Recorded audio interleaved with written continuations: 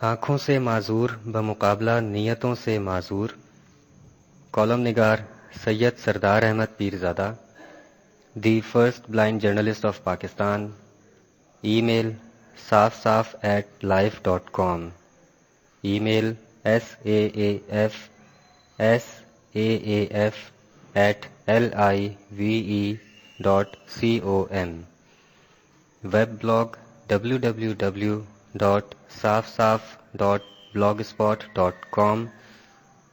روزنامہ نوائے وقت مورخہ 15 اکتوبر 2015. دنیا میں 15 اکتوبر کا دن سفید چھڑی کے حوالے سے منسوب ہے. پاکستان میں بھی اسے حسب توفیق بنایا جاتا ہے. غیر سرکاری ادارے اپنی اپنی حیثیت کے مطابق پروگرام ترتیب دیتے ہیں، جبکہ دوسروں کی نقل اتارتے ہوئے سرکاری سطح پر بھی کوئی نہ کوئی علم بلند کر دیا جاتا ہے. ہمارے ہاں ہر شعبے کی طرح بصارت سے محروم افراد میں بھی ایسے باصلاحیت لوگ موجود ہیں جن کا مقابلہ انٹرنیشنل سطح پر کیا جا سکتا ہے. سلطان شاہ پاکستان بلائنڈ کرکٹ کونسل کی چیئرمین اور ورلڈ بلائنڈ کرکٹ کونسل کے صدر ہیں. ان کی رہنمائی میں پاکستان کی بلائنڈ کرکٹ ٹیم نے 2 مرتبہ ورلڈ کپ جیتا. زاہد عبداللہ پاکستان میں رائٹ ٹو انفارمیشن کی ترویج کے حوالے سے ایک آئیکن ہیں. پوٹوہار مینٹل ہیلتھ ایسوسی ایشن کے صدر ذوالقرنین اصغر جنوبی ایشیا کے پہلے نابینا پریکٹسنگ سائیکالوجسٹ ہیں. لنگوسٹکس میں قائد اعظم یونیورسٹی سے MSc کرنے والی سنبل سرور ان دنوں federal government post graduate college میں ہیں. اسلام آباد ہائی کورٹ اور اسلام آباد ڈسٹرکٹ کورٹ کے معروف وکیل اسد کھوکھر سول، فوجداری، فیملی اور سروسز یعنی چاروں نوعیت کے مقدمات احسن طریقے سے نبھاتے ہیں. بہاولپور کے اعجاز احمد اسلامیہ یونیورسٹی بہاولپور سے سیاسیات میں MA کرنے کے بعد وکالت کی تعلیم حاصل کر رہے ہیں. محمد بابر شہزاد نے قائد اعظم یونیورسٹی سے اینتھروپولوجی میں MSc کی. وہ ان دنوں ایمپاور پاک کے بانی اور شریک ڈائریکٹر ہیں. ان کی اہلیہ ثنا اقبال پشاور یونیورسٹی سے سوشیولوجی میں اعزازی پوزیشن کے ساتھ MA ہیں. ان کا حال ہی میں خیبر پختونخوا کے پبلک سروس کمیشن کے تحت سوشل ویلفیئر آفیسر کی آسامی پر تقرر ہوا ہے. وہ خیبر پختونخوا کی پہلی بلائنڈ سوشل ویلفیئر آفیسر ہیں. طلال وحید پروجیکٹ مینجمنٹ میں ماسٹرز کی ڈگری حاصل کرنے والے پاکستان کے پہلے بلائنڈ نوجوان ہیں. ان دنوں وہ National Consortium on Inclusion of Disabled and Elderly in Disasters جیسے ادارے کی قیادت کر رہے ہیں. پنجاب یونیورسٹی سے جرنلزم میں ماسٹرز کرنے والی ہما شاہان ریڈیو میں سینئر پروڈیوسر ہیں.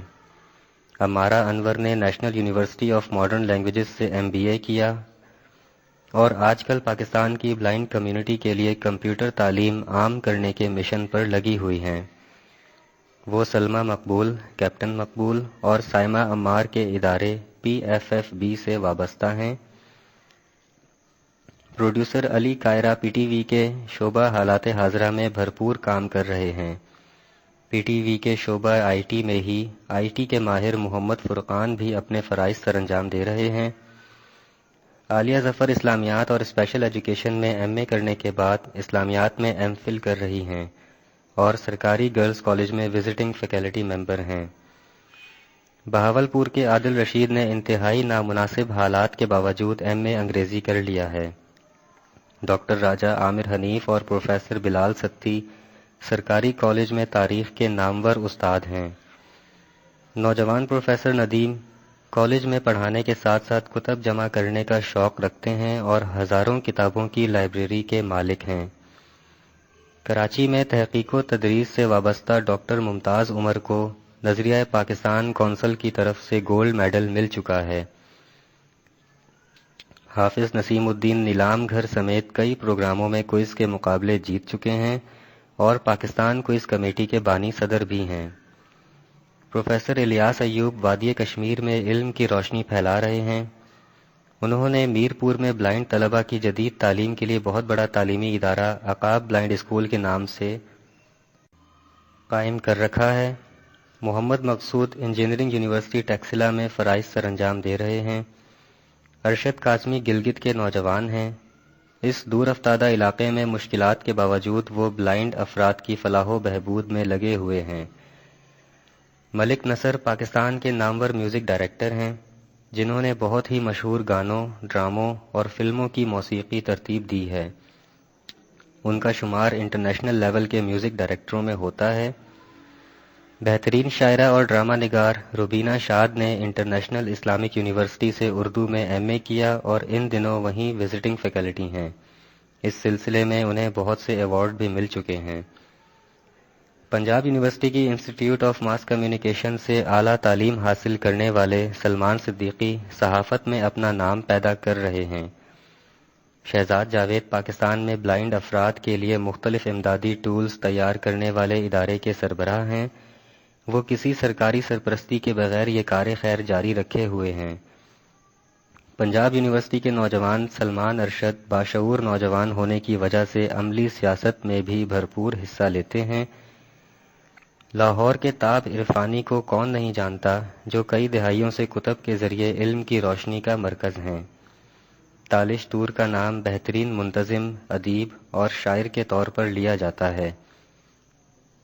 ڈی جی ایس سی میں ملازمت کے دوران عبد المنان بے شمار طلباء کے بریل استاد بنے۔ سرگودا کے پروفیسر شیخ اقبال ایسی شخصیت ہیں جن کا نام بہت احترام سے لیا جاتا ہے۔ اس کے علاوہ کئی بلائنڈ افراد سی ایس ایس کر کے پاکستان کی سول سروس میں اعلیٰ عہدوں پر فائز ہیں۔ پاکستان کی کل آبادی میں تقریباً 1 کروڑ بلائنڈ افراد ہیں، جو اپنی اپنی جگہ پر رول ماڈل ہیں، مگر سرکاری سطح پر بلائنڈ افراد کے لیے تعصب سے پاک معاشرہ قائم کرنے کی ایک مثال بتائی جا سکتی ہے۔ نابینا افراد کی تعلیم کے لیے بریل کتابیں، ان کی پروف ریڈنگ اور میوزک ضروری عناصر ہیں۔ نیشنل بریل پریس اسلام آباد میں ان تینوں شعبوں میں گزشتہ 2 دہائیوں سے تعینات بلائنڈ افراد کو یہ کہہ کر ترقی نہیں دی گئی کہ بریلسٹ، پروف ریڈر اور میوزک استاد کی آسامیاں نان کیڈر ہیں، ان کی ترقی کا کوئی چینل موجود نہیں۔ دوسری جنگ عظیم میں امریکی صدر روزویلٹ بصارت سمیت کئی معذوریوں کا شکار تھے۔ ٹرومین نظر کمزور ہونے کے باعث فوج میں نہ جا سکے، لیکن 1945 میں امریکہ کے صدر بن گئے۔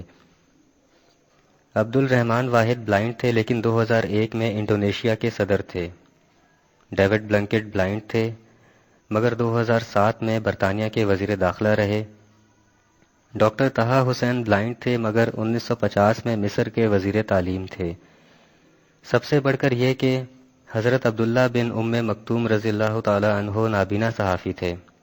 ان کا ذکر قرآن پاک میں بھی آیا۔ نبی کریم صلی اللہ علیہ وآلہ وسلم نے انہیں مدینہ شریف میں ذمہ داریاں بھی سونپیں۔ روایت کے مطابق وہ جہاد پر بھی گئے اور شہادت پائی۔ یہ سب کچھ اس بات کا اعتراف ہے کہ بلائنڈ لوگ معاشرے کے باصلاحیت اور کارآمد شہری ہیں، لیکن ہمارے ہاں انہیں 2% کوٹا پر بھی ملازمتیں نہیں دی جاتیں۔ ملازمت مل جائے تو ترقی نہیں دی جاتی۔ اگر یہ اپنا حق مانگیں تو ان پر پولیس کے ذریعے ڈنڈے برسائے جاتے ہیں، مگر پھر بھی نیتوں سے معذور آنکھوں سے معذوروں کے لیے سفید چھڑی کا دن مناتے ہیں اور پریس ریلیز جاری کرتے ہیں۔